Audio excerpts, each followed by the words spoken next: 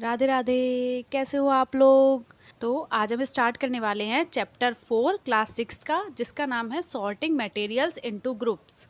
इस चैप्टर में हम मोस्टली मटेरियल्स के बारे में पढ़ेंगे कि मटेरियल्स जो होते हैं वो किन किन चीज़ों से मिलकर बने हुए होते हैं और मटेरियल्स होते क्या हैं, हमारे आसपास कौन कौन से मटेरियल्स होते हैं। जैसे बहुत सारे मटेरियल्स होते हैं जो कि आयरन से मिलकर बने हुए होते हैं, बहुत सारे मटेरियल्स होते हैं जो कि मेटल से मिलकर बने हुए होते हैं। तो ऐसे ही हम उन मटेरियल्स के बारे में पढ़ेंगे कि कौन सी मटेरियल कौन सी चीज़ से मिलकर बना हुआ होता है। तो इसके बारे में डिटेल में स्टडी करते हैं। पहले कि हमें इस चैप्टर में कौन कौन से टॉपिक्स के बारे में पढ़ना है। पहले पढ़ना है ऑब्जेक्ट अराउंड अस, कौन कौन से ऑब्जेक्ट हैं जो हमारे आसपास हैं और कौन कौन सी प्रॉपर्टीज़ होती हैं मटेरियल्स की जो जिससे वह मिलकर बने हुए होते हैं। और प्रॉपर्टीज़ में आता है अपीयरेंस, हार्डनेस, सॉल्युबल और इनसॉल्युबल, ऑब्जेक्ट्स में फ्लोट और सिंक इन वाटर और ट्रांसपेरेंसी। तो इनके बारे में चलिए डिटेल में पढ़ना स्टार्ट करते हैं। इस चैप्टर में मेन क्या है, मटेरियल्स। तो हम जानते हैं मटेरियल्स होता क्या है। कोई भी चीज़ एक पर्टिकुलर चीज़ से बनी होती है, वो होता है उसका मटेरियल। जैसे अगर मैं बात करूँ क्लॉथ की, तो वो अलग अलग मटेरियल से बने होते हैं, जैसे कि कॉटन, सिल्क। तो कॉटन और सिल्क क्या हो गए, उसके मटेरियल हो गए क्लॉथ के। और फॉर एग्जांपल के लिए आप चेयर ले लो, तो चेयर किसकी बनी होती है, वुड की बनी होती है। तो वुड क्या हो गया, उसका मटेरियल हो गया। We have seen that our food and clothes have so much variety in them. Not just food and clothes, there is such a vast variety of objects everywhere. हमने फूड और clothes में बहुत तरीके की varieties देखी है। बहुत तरीके का खाना होता है, बहुत तरीके के क्लॉथ्स होते हैं। Not just food and clothes, food और क्लॉथ में ही नहीं, हमने ऑब्जेक्ट्स में भी बहुत तरह तरह की वैरायटीज़ देखी हैं। हमारे आसपास बहुत तरह तरह की वैरायटीज़ पाई जाती हैं ऑब्जेक्ट्स में।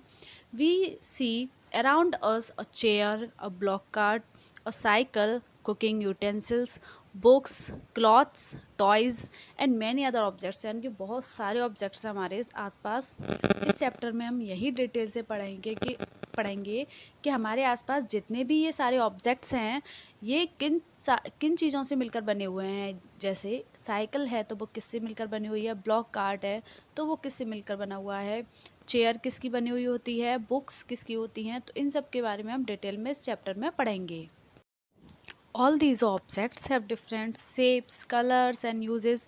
ये जितने भी ऑब्जेक्ट्स होते हैं हमारे आसपास, ये एक शेप के नहीं होते, मतलब अलग अलग शेप के होते हैं, कलर भी अलग अलग होता है, उनका यूज़ भी अलग अलग होता है। और कुछ ऑब्जेक्ट्स हैं जो कि वुड के बने हुए होते हैं, टेबल हो गया, डेस्क हो गया, लेडर, पेंसिल, वार्डरोब हमारी। तो ये सारी चीज़ें जो होती हैं वो वुड की बनी हुई होती हैं। अब कोई ना कोई रीज़न होगा जो इनको वुड का बनाया गया है, यानी कि आयरन का नहीं बनाया या मेटल का नहीं बनाया। Group of objects that are made of plastics, bottles हैं, बकेट्स हैं, कंटेनर हैं। यानी कि कुछ ऑब्जेक्ट्स हैं जो कि प्लास्टिक के बने हुए होते हैं, जैसे कि बोटल्स हैं, बकेट्स हैं, कंटेनर हैं।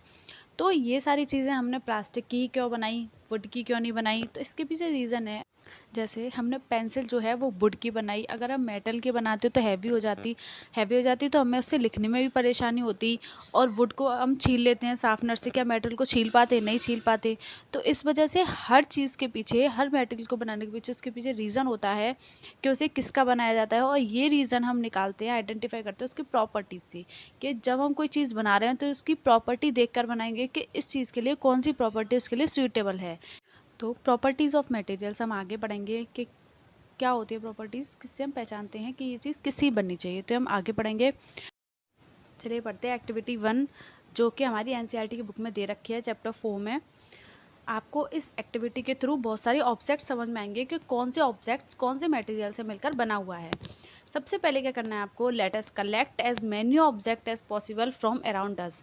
आपको करना है बहुत सारे ऑब्जेक्ट्स को कलेक्ट कर लेना है, जो जो भी ऑब्जेक्ट्स आपके आसपास में हैं। Each of us could get some everyday objects from home, and we could also collect some objects from the classroom or from the outside the school.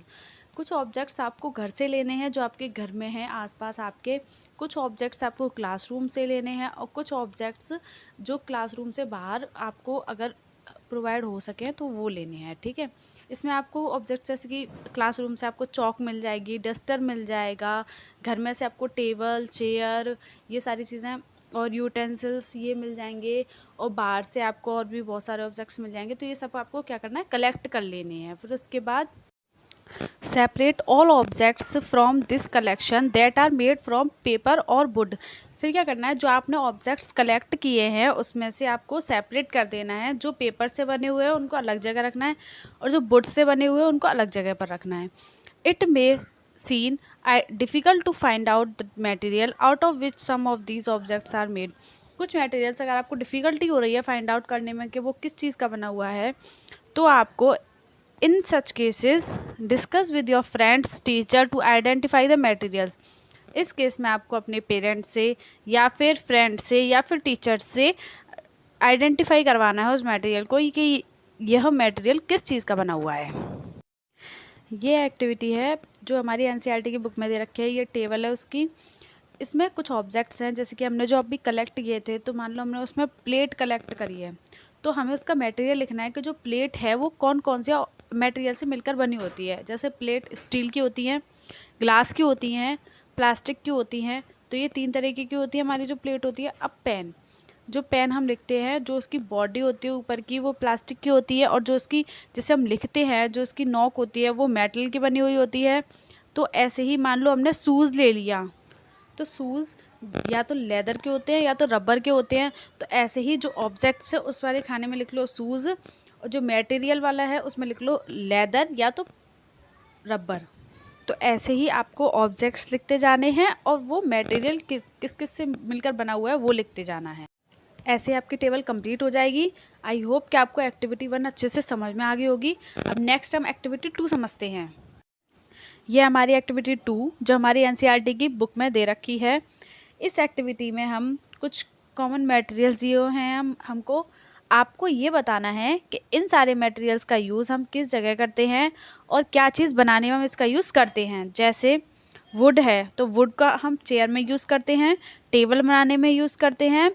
Block cart है, प्लगिंग है, एंड इट्स व्हील बनाने में भी करते हैं। बहुत सारी चीज़ें हैं जिसमें हम इसका यूज़ करते हैं। ऐसे ही पेपर है, तो पेपर का यूज़ हम कहाँ करते हैं, बुक्स बनाने में, नोटबुक बनाते हैं हम उसकी, न्यूज़पेपर, टॉयज़, कैलेंडर। तो बहुत सारी चीज़ें हैं जो हम पेपर में यूज़ करते हैं, यही पेपर से बनाते हैं। अब लेदर की क्या चीज़ें होती है जो लेदर से बनी हुई होती हैं। लेदर के बैग होते हैं, शूज़ होते हैं, बेल्ट होते हैं, जो बॉयज़ की बेल्ट होती हैं वो लेदर की होती हैं।